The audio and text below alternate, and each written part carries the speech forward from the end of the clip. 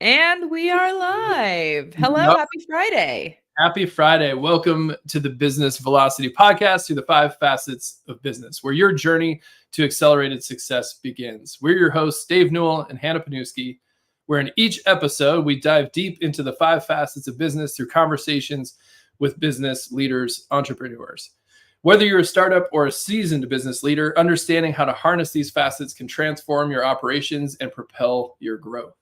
With our guests, we explore actionable insights and share stories of real businesses that have achieved remarkable results, and today is no exception. Let's unlock the potential for your business together and achieve business velocity. Let's do it. And today we have such an amazing guest, one of our favorite people to talk to and to brainstorm with and to just have around in general. Kate DiLeo. Kate DiLeo is a brand architect, #1 international best-selling author, and the founder of the Brand Trifecta, the proven methodology that has helped thousands of organizations craft brands that bring more prospects to the table, more users who click, and more customers who buy. Kate's approach is rooted in the belief that brand is the path of least resistance to revenue. She teaches you to eliminate complex and ineffective storytelling by delivering a simple yet provocative message that tells prospects what you do, how you solve their problem, and how you differ from the competition. The outcome, brand conversations that convert. Kate, welcome to Business Velocity. Well, thank you for having me. It's great to see you guys, and I'm excited to be here today. Yeah, thanks for jumping in. Kate is one of my go-tos when I have a question and I'm pondering something and I'm thinking about something. I'm like, who should I talk to about this? And I'm already on the phone with Kate most of the time, like number already dialed. We're ready to lock in. Amazing strategist, amazing friend, colleague, partner, selfless, wants nothing but good stuff for other people. So an absolute go-to for us. Absolute joy to have you on the podcast. Aww. Thanks for joining in, Kate. Well, thank you. I really appreciate that. And you're formerly of Minnesota, so this also builds the connection here. Right. Majorly. We share, as they say in Minnesota, roots. And in the South, they say we share roots. So there's that. So you and I share roots. Everybody else down here shares roots. Roots and roofs. There you go. There you go. Well, so kick us off a little bit. And, we get to hear the accolades of like #1 bestseller. You've put a lot of work into the Brand Trifecta. I think that's in some ways how we met, right? As I started, we were building out some things. You did some brand work, and I was totally blown away with how kind of efficient and effective it was. But when you think about kind of what's the thing that most people think about with brand, or they think about with brand architecture that they're not seeing correctly, and you're like, hey, it's actually this, right? Like, what would you say that is? Sure. I mean, I think the biggest misconception about brand is I think we think it's the color purple, and it's not, right? So if you think about what brand is the promise of who you say you are and the value that you deliver. And the way that brand shows up certainly is through the visual side of things, but where most people get it wrong is they're building a brand that is so me focused and not customer focused. And that's the #1 thing that organizations and individuals need to start to shift away from, is not building a brand to just tout your greatness, but to really create a message that actually generates the, oh my gosh, you get me moment with your prospects and customers. Mm-hmm. One thing, this is a very real question for me. I am in this debate right now. And so here we go. I'm calling Kate for some advice. There's a push right now. So there's like a debate to me around, well, you should be building your personal brand. But then, I'm a person who has a brand, but I also have a company that has a brand. And I feel very conflicted sometimes between, am I telling my story right now, or am I telling the company story? Because my story actually, to me, feels a little bit self-serving and a little selfish sometimes, when what I really want to do is tell the story of, well, here's here's the impact that you could experience, and try to make it about them. How would you advise me? Like, teach me your ways. Well, I think first of all, you're actually at a maturity point as an organization where this is a very common thing. So when companies have been around for quite a bit and they've had a whole slew of work come through, and you guys have just done such tremendous stuff with so many organizations. There's this interesting tipping point, this maturity point that happens where you do see founders and CEOs start to feel this pull and this push to build a personal brand. And why is that? Because in the marketplace, they're beginning to be known for their own thought leadership as individuals, more so than even just simply what the company does. And that's not a bad thing.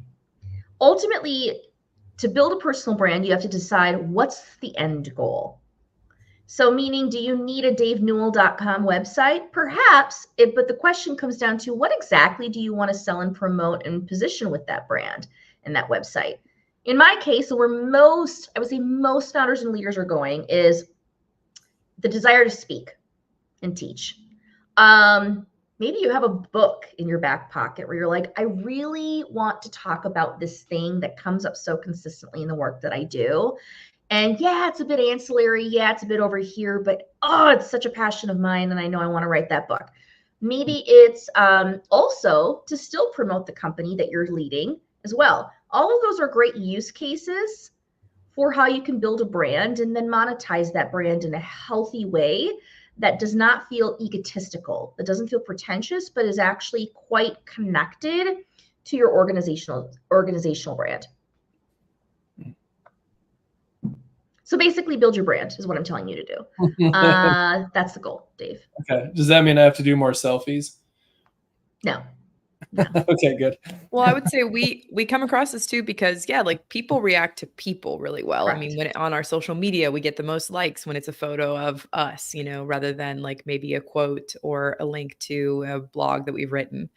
And so I think it's challenging sometimes to center or I see the challenge in centering the work and the content over centering the people who are delivering it.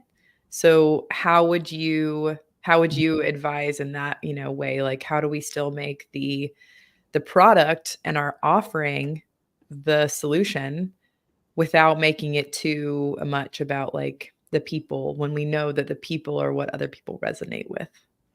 Well, I'll tell you, I actually had the same problem a number of years ago. So when Dave and I met, I had a corporate brand called Noble. And I built this corporate brand because I was going to be providing brand services. And at the time, I was planning to build a bench of other brand strategists and people that could then take my method and deliver that to more and more customers. I was basically going to build an agency. And then much to my dismay and much to my frustration, nobody wanted to work with anybody else but me. I'm serious about this. I had prospects tell me, well, no, we like you. We met you because you came referred by so-and-so. So no, we're not going to hire you if we don't get Kate in the room. And I was really ticked off by this, by the way, at first, because I was like, there goes my revenue growth path, right? Like, So I recognized that I had this interesting dilemma where I needed to grow as a solopreneur. So I actually pivoted away from having a Noble and I went full in on Kate DiLeo as my single brand. And that's what I had to do. And my business exploded as soon as I did that. It exploded. I tripled revenue very quickly in 2 years. I tripled. That's how fast it grew. So for you guys, though, you don't want to get rid of what you're doing from a corporate brand standpoint because you've got a team, you've got clients, there's brand equity in the marketplace, you're doing great things.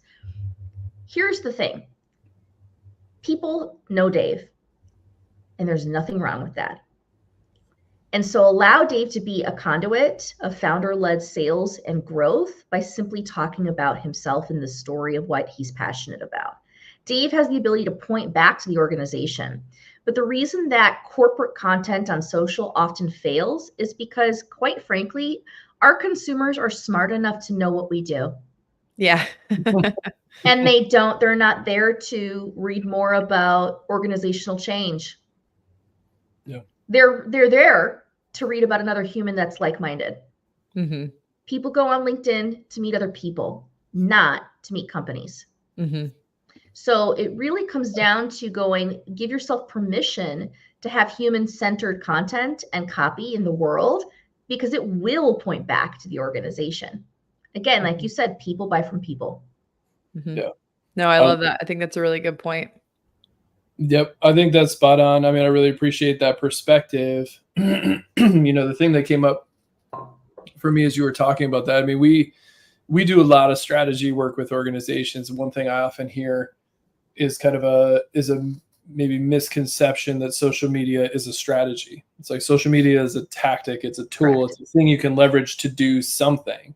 Right. And what I really appreciate about what you just said is you kind of leaned in on the strategy side of social media. Like, why do people go to LinkedIn? Well, they go to LinkedIn for this. Right. So there's a strategic element to that. And so to maybe zoom out just a little bit farther, one of the things that I really appreciate about your perspective is it is very strategic, right? It is not brand for the sake of doing brand. It is brand for something, right? And you kind of connect it to this higher purpose. So if you can talk a little bit about kind of how brand fits into the mold of an organization, not just like, why should people have a brand? Of course they should, but like, how does brand fit with the sales team and the operations team, and like, how is it a part of the narrative of the company, so to speak? Yeah, I love this topic. So this is great. So let me answer this. There's going to be a few layers to this answer because this is now where I can kind of talk about like what is brand and what is not. We talked a little bit about brand is more than purple, right? It's more than colors and logos. And Dave, we talked about logos, Dave. We talked about logos earlier before we went live. Okay. Because I need to update ours. Yeah. You need to update your logo. It's fine. No, I'm kidding. But here's the thing. So if we talk about brand as the promise of who you say you are and the value you deliver to the world. Okay. Let's get into nuts and bolts for a second. What does that even look like? From a messaging strategy and from a pure just like messaging hierarchy standpoint, I want you to think of brand as the tip top of your content hierarchy. I want you to think of it as like a pyramid, okay? And brand is really the first layer, the conduit that somebody first experiences and will continue to experience as they engage with you and your content and your people and your products and your services. It's the tip top of the hierarchy. Now, how does that show up? Most of us know brand from a standpoint of internal focus statements such as vision statement, mission statement, brand values. For example, vision is really the far-reaching, big nebulous goal of how you want to change the world, purpose-driven. Very important. You got to have it. I'm not saying get rid of it. Mission statement goes with that. It's a very concrete, boring, blah, but critical like statement that says, we do this for these people so they get this outcome. And that is an important statement because it's the only brand statement, by the way, in the entire organization to which you can back KPIs and metrics. You cannot back KPIs and metrics and job descriptions and roles and responsibilities to a vision statement or to a tagline. It's not going to work. So you got to have a mission. This is the beating drum of what you do day in and day out. That's a mission, okay? And if you do a really good job doing your mission, guess what you're going to eventually achieve? Your vision. So these things matter. Brand values, same thing for culture and impact. But brand is more than that. Brand ultimately is your path of least resistance to revenue. Because what it does is it clarifies very succinctly, this is what we do, this is how we solve people's problems, and this is how we're different and better than the rest. And psychologically, by the way, those are the three pieces of information that your prospects and customers need to know in the first 30 seconds to remotely want to have a conversation and engage with your brand. So brand matters when it comes to customer acquisition. It matters when it comes to revenue and growth. And you cannot expect to grow if all you're doing is throwing features and benefits and product and service details at somebody. Because what you're going to do is, you probably experience this, is overwhelm them and they don't even know what you said. And they don't know what they're going to buy. So that's what brand does for you. Yeah, absolutely. I'm thinking about all the brands that jump out to me, like kind of tick those boxes. And they do just so clearly tell this story of what's going to happen to you once you buy our product, once you get, involved in the company. And we talk about story a lot. And one of the things that we had talked about, just the other day, is just like how impactful storytelling is. And I think a lot of people understand that when it comes to marketing, or think they understand it when it comes to marketing. But I think also storytelling can be really tricky, like brand message, brand story, things like that. So I'd be curious to know, from your perspective, like, how should a company, if, for all the business owners that are listening to this, how should they start to tell their story? How should they start to build their brand message and their brand story? Well, you're going to love and hate this response. You ready for this? Because my book is titled Muting the Megaphone, Stop Telling Stories and Start Having Conversations That Convert.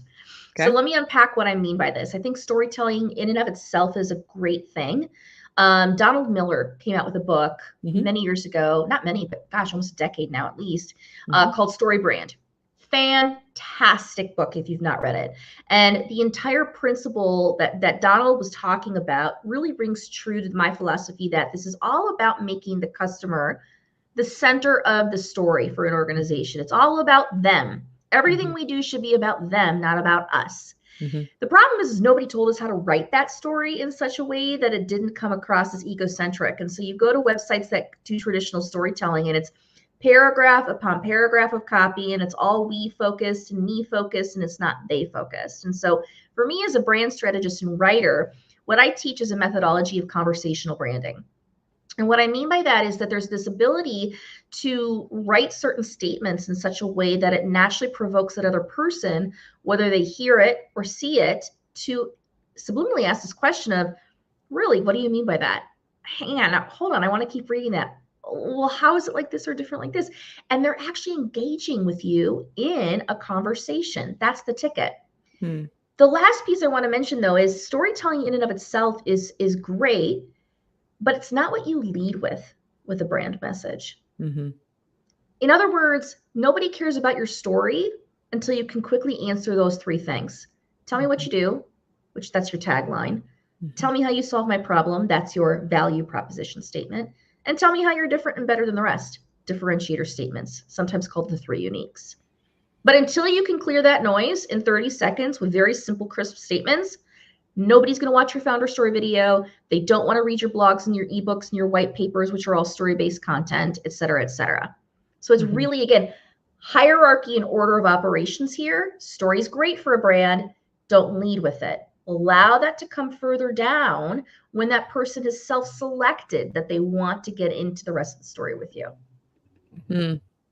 One of the things I really appreciate about that, I had the chance to speak at a conference in December with Marcus Sheridan, and I think you know Marcus as well. He wrote a book called They Ask You Answer. Yeah. And I think it's in the same philosophy that you're talking about, right? Like one of the things we obviously promote story. Hannah was talking about story. And it's like the story really should, in leveraging a lot of the story brand philosophy, right? Which is like the story should really be about your customer pain. But to your point, I also think like that has permeated the culture so much that people read the story and they're like, yeah, but I kind of know you're going to try to sell me something anyways. And so there is still this kind of inherent piece in there about, yeah, but I'm just telling the story so that you'll buy my thing, right? Like they can totally come across as disingenuine. And I think I was struck by They Ask You Answer and the pieces that you're talking about in terms of muting the megaphone. Because what I hear in that is like, yeah, but customers also have questions that they genuinely want the answer to, and they don't want the BS with it, right? It's like, ask the question, answer the question honestly, right? So like we run a kind of small business operating system. There's EOS, there's scaling up, like there's all these different systems. And it's like, well, I could say, well, we're the best system and you should totally pick us. But for like, sometimes we're totally not the right choice. Absolutely do some of those other things. And sometimes we're the right choice. And I think that feels disarming. I think that feels conversational.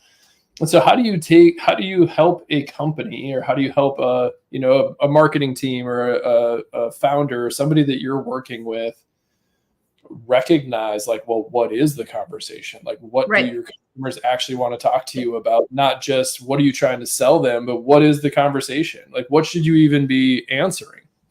Yeah. Oh my gosh. Okay. So by the way, I so appreciate that. And Marcus Sheridan, he's brilliant. They Ask You Answer. What he gets at, which I also get at with my theory of this whole theory around brand trifecta, that's my methodology for branding. And I can talk us through that in a second. But really, it's based on buyer psychology.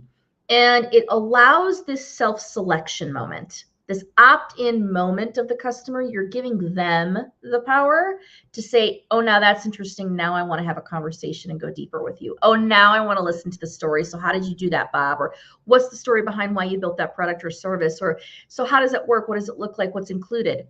So again, I want us to remember that brand done right gets the monkey off our back of trying to hard sell somebody. And instead, what it does is it puts the power appropriately into the prospect's hand and gives them the opportunity to engage with us how they want. And by the way, it allows the wrong people to opt the heck out. Get out of my funnel, get out of my pipeline. I don't want to deal with you. If you can't in 30 seconds see that I'm not right for you, that's great. There are plenty of other providers out there. My revenue growth hinges on my ability to have the right people say yes in that first 30 seconds and then want to go into the details of what's included, what's the price, how it works, etc. So I just want to like lay that out there about the idea of self-selection and opting in. Practically though, how do you write the conversation? How do you build the conversation? Okay, so I stumbled across this entire theory, by the way, back in 2008 to 2010 in my first sales job after the market crashed.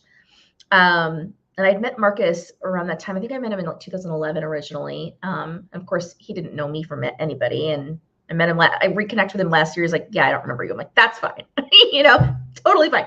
But at the time, this was the glory days of like marketing. So you have to think about it from this standpoint. We went through a big recession. 2010 to 2011 hit, marketing was back on the scene.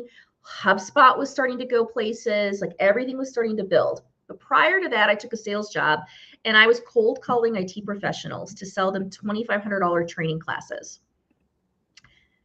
And that was the stupidest job you could ever take, right? So IT people love to be called and sold. But here's what I stumbled upon. I recognized that I couldn't get somebody to stay on the phone with me if I didn't cut the crap and get right to it. That was my first lesson. And so I decided to go rogue and throw out the sales scripts. And I honestly called these people up and I said, hi, my name's Kate. I'm with Benchmark Learning. This is what we do. This is how we can solve your problem. And this is how we're different. 1, 2, 3. And then I shut up.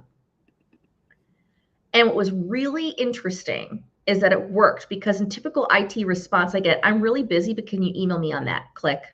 Or I'm not ready yet. Call me in 6 months. Click. Like nobody stayed on the phone with me. But what was happening is there was this thing that they were giving me permission to engage at the next step. And I recognized that the formula worked. Fast forward 10 years later, I worked with a neuroscientist named Nancy Harhut and then some other psychologists, and proved out that psychologically, this is actually the formula of what brains need to know before they have an opt-in moment.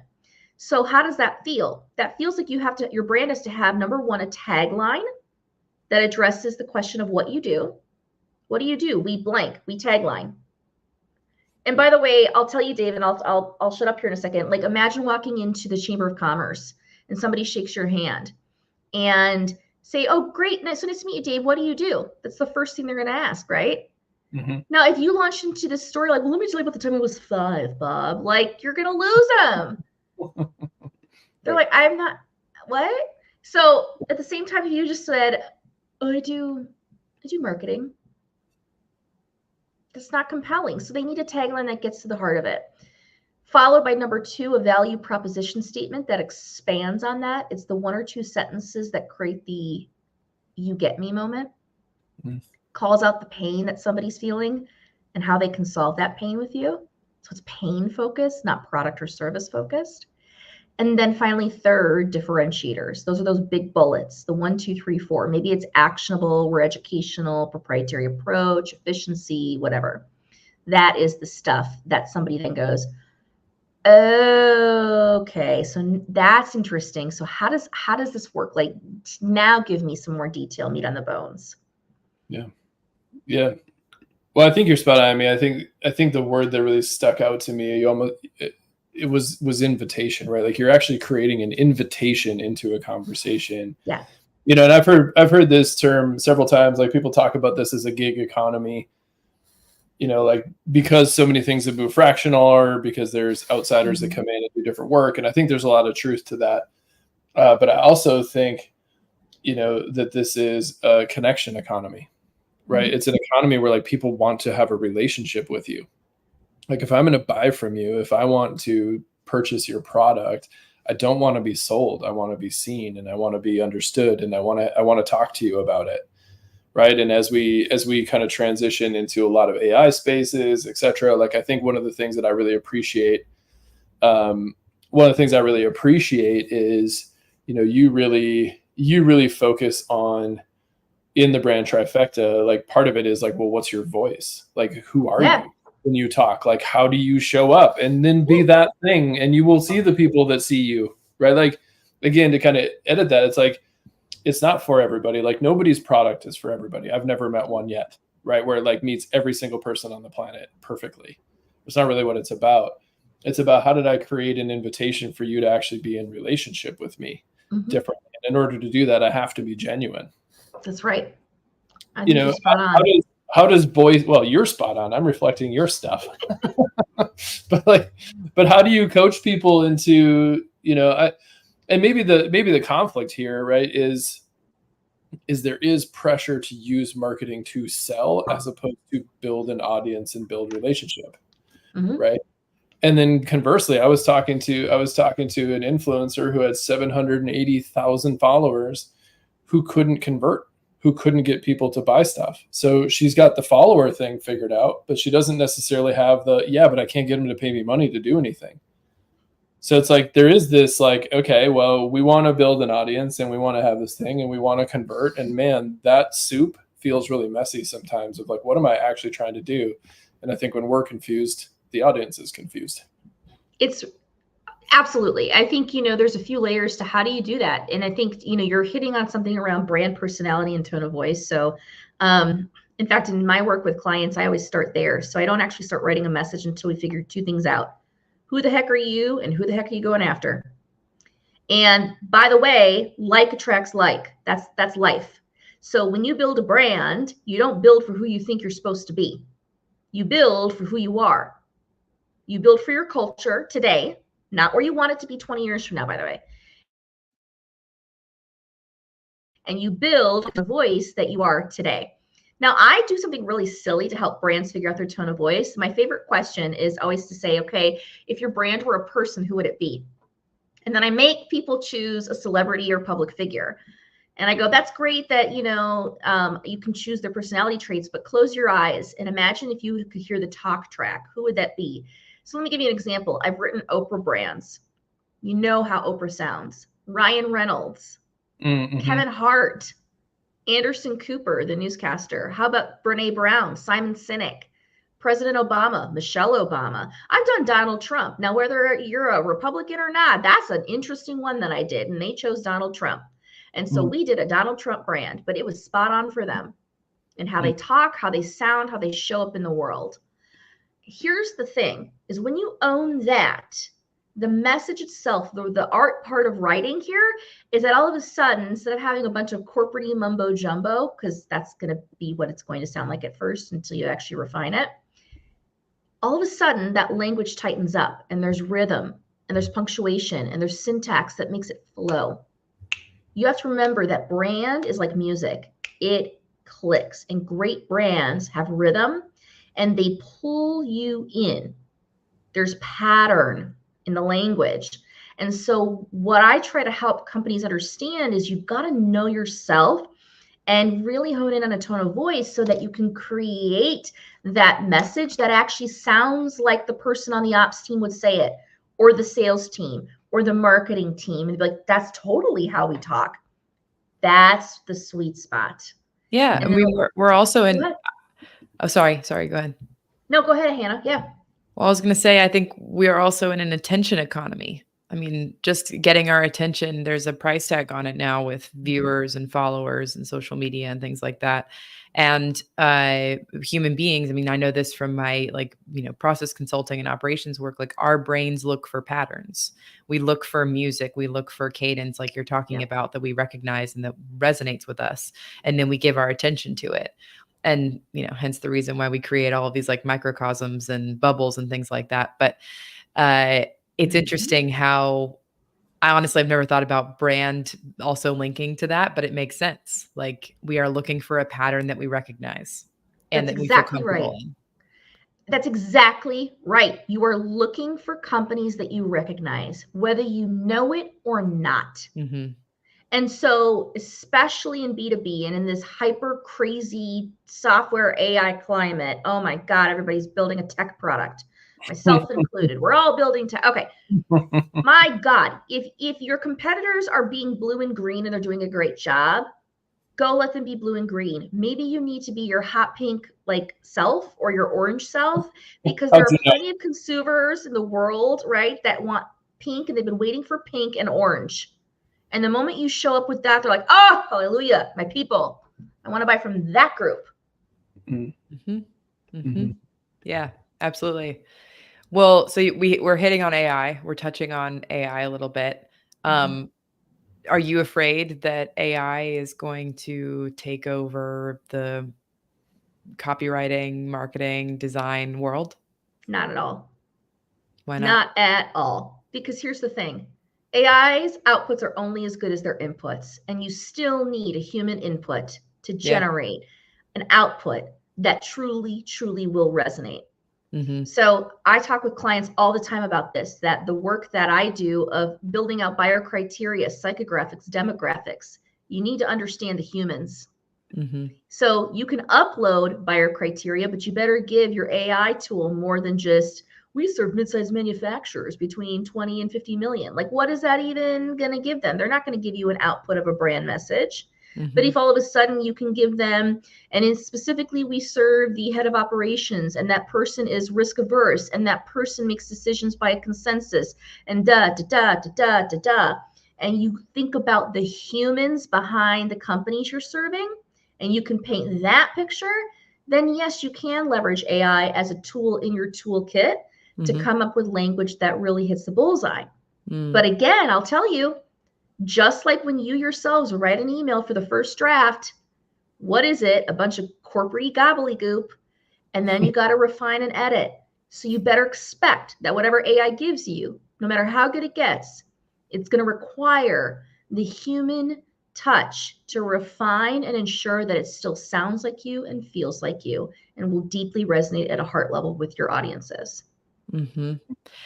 You know, it's interesting. You're actually bringing up a really interesting question for me okay, so let's say you're developing something in a space that it might not be your heart space. I mean, I'm thinking about like, so me, myself, like my background is more in like art. I went to school to get a degree in theater and writing really dramatically and emotionally is what's very comfortable for me. Like we've both done the culture index. I don't know. Have you ever done the culture index, Kate? Yes. Okay. So my logic score, like I'm very heart led, but I work day to day in like a very sort of like corporate structure and talking to people who speak in a little bit more kind of technical terms. And so sometimes when I write blogs or I write content for us, I have to kind of like move away from writing about feelings and move into writing about like, yeah, just a little bit more kind of technical terms, process oriented things.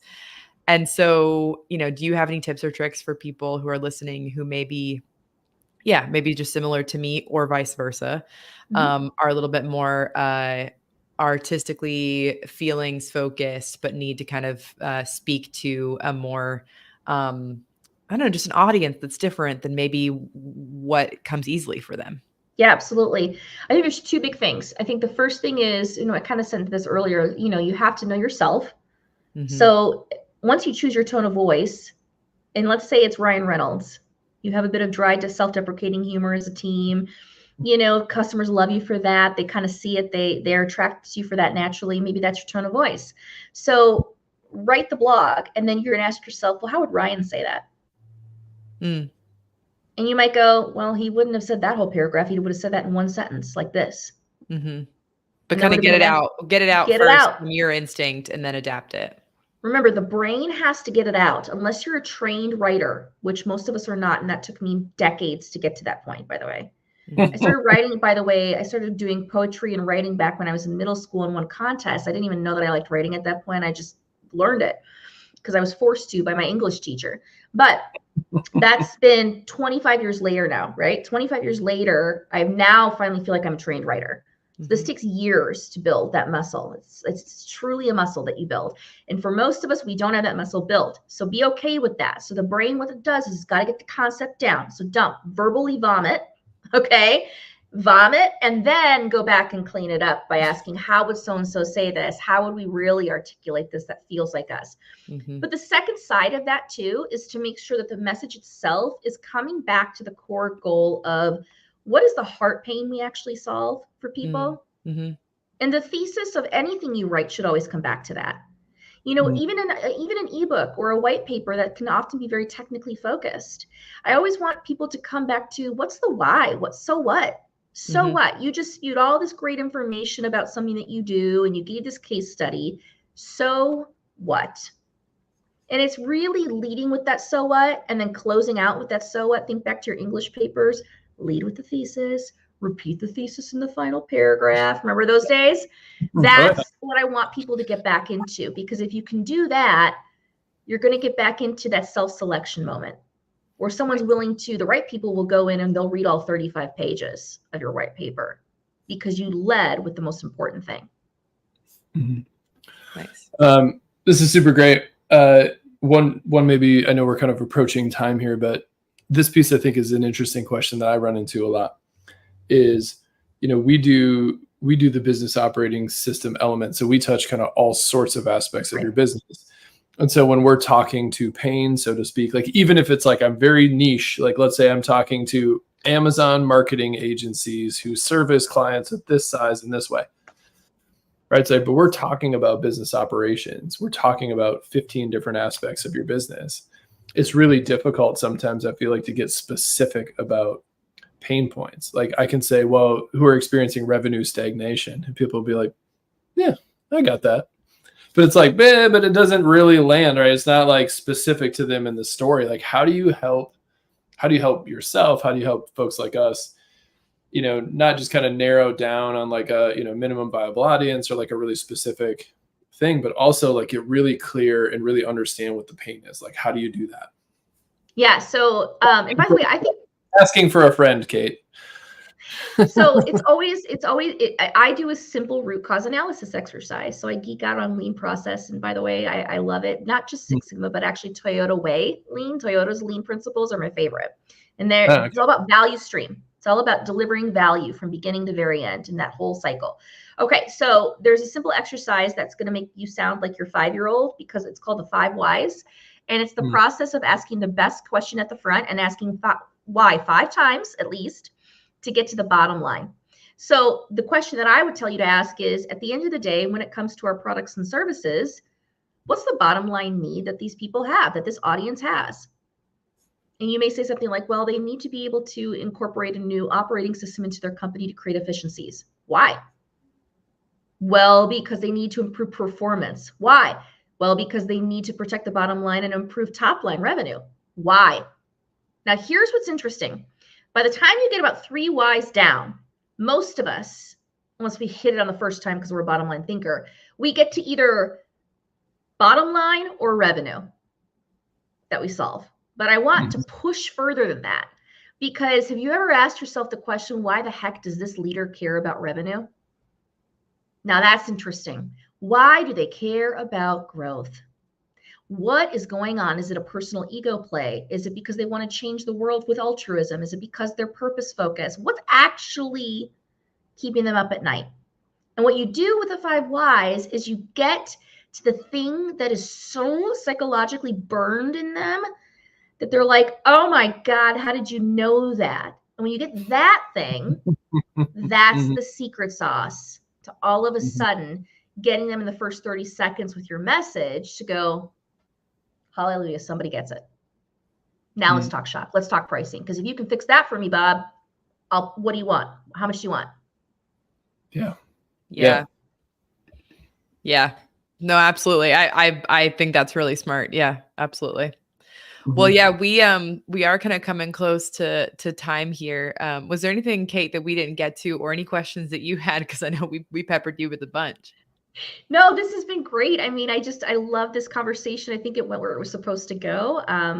But if you think of any questions, let me know. Send them my Yeah. way. Happy Yeah, to maybe we'll have answer you them. back.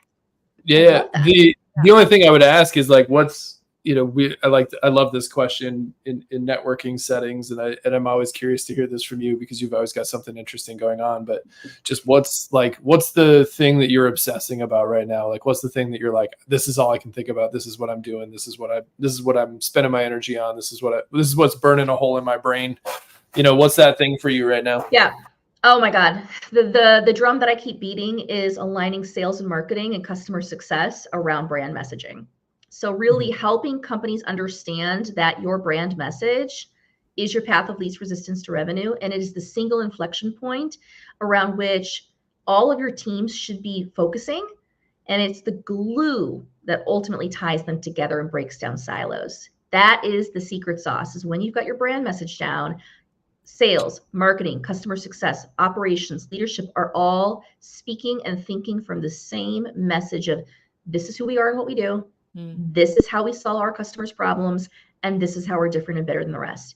And if you can get there, misalignment goes out the window and you start to see a direct impact on top and bottom line. That's where health comes into the company. Yep. I love that. We talk about that your external message and internal experience need to have fidelity. If those two things don't line up, people will sniff that out all day, every day, and they won't trust you anymore, right? Like, you've got to have this. Well, I will say, and I know this is true because we've done it before, is I could talk to you all day. And we could talk about this all the time. So I'm sad to have this session. And but where can people find you? What's the best? Obviously, we'll post show notes, but like, where do you want people to go? How do they find Muting the Megaphone and the amazing content you've got going on? How do they see you speak at all the different things that you're speaking at? Like, how do they track down Kate DiLeo? Well, honestly, the easiest way is to go to my website, www.katedileo.com. And by the way, if you are on LinkedIn, that's my primary place that you can find me. So go ahead and find me there. If you're listening to this and you have a question about your own brand and you're curious about something, or maybe there was something that sparked a moment or a question from today's show, go ahead and reach out to me. I'm happy to respond and engage with you that way as well on LinkedIn and point you in the right direction. Absolutely. Cool. Well, thank you so much, Kate, for being here, and we'll talk to you soon.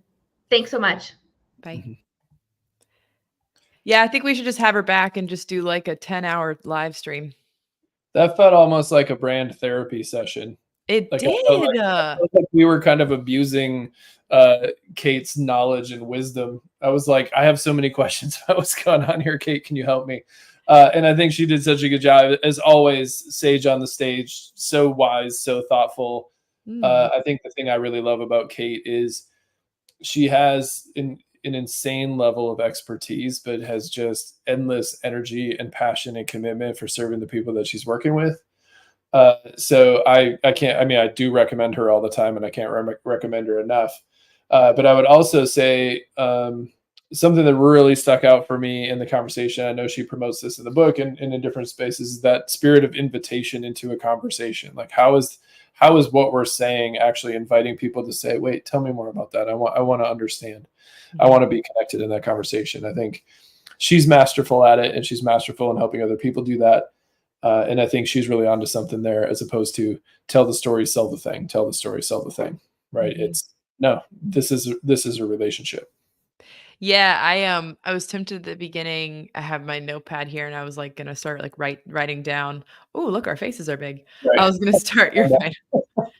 I was gonna start writing down just different things I feel like we need to work on now with our brand. I mean, honestly, like, I think she sparked a lot of really interesting thoughts to apply to what we're working on and what we're growing at Evolve.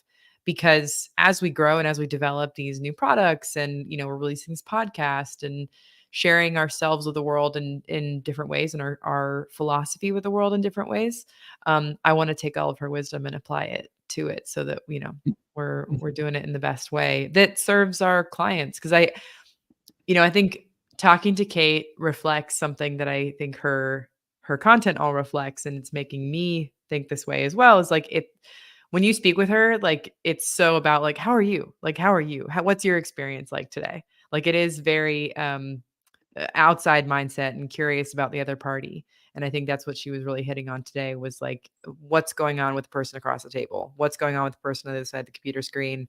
How can you reflect your customer better and really speak to them and spark something in them? Yeah, I think she carries herself the way, the way her, like, what's the best way to say this? She lives her theory, Mm-hmm. Yeah. Absolutely. Absolutely. It is absolutely genuine. Yeah. But yeah, thanks everybody for joining us. Yeah, absolutely. Thank you for joining us on Business Velocity. Today's insights are just the beginning of enhancing your business's momentum. So don't forget to subscribe on Spotify, Apple Podcasts, and wherever you can listen to podcasts for more episodes that will help turn your potential into performance. You can also check the 5 facets of business at theevolveddifference.com. And remember, the time is now to apply these strategies, apply your learning, and achieve velocity. We'll see you next time.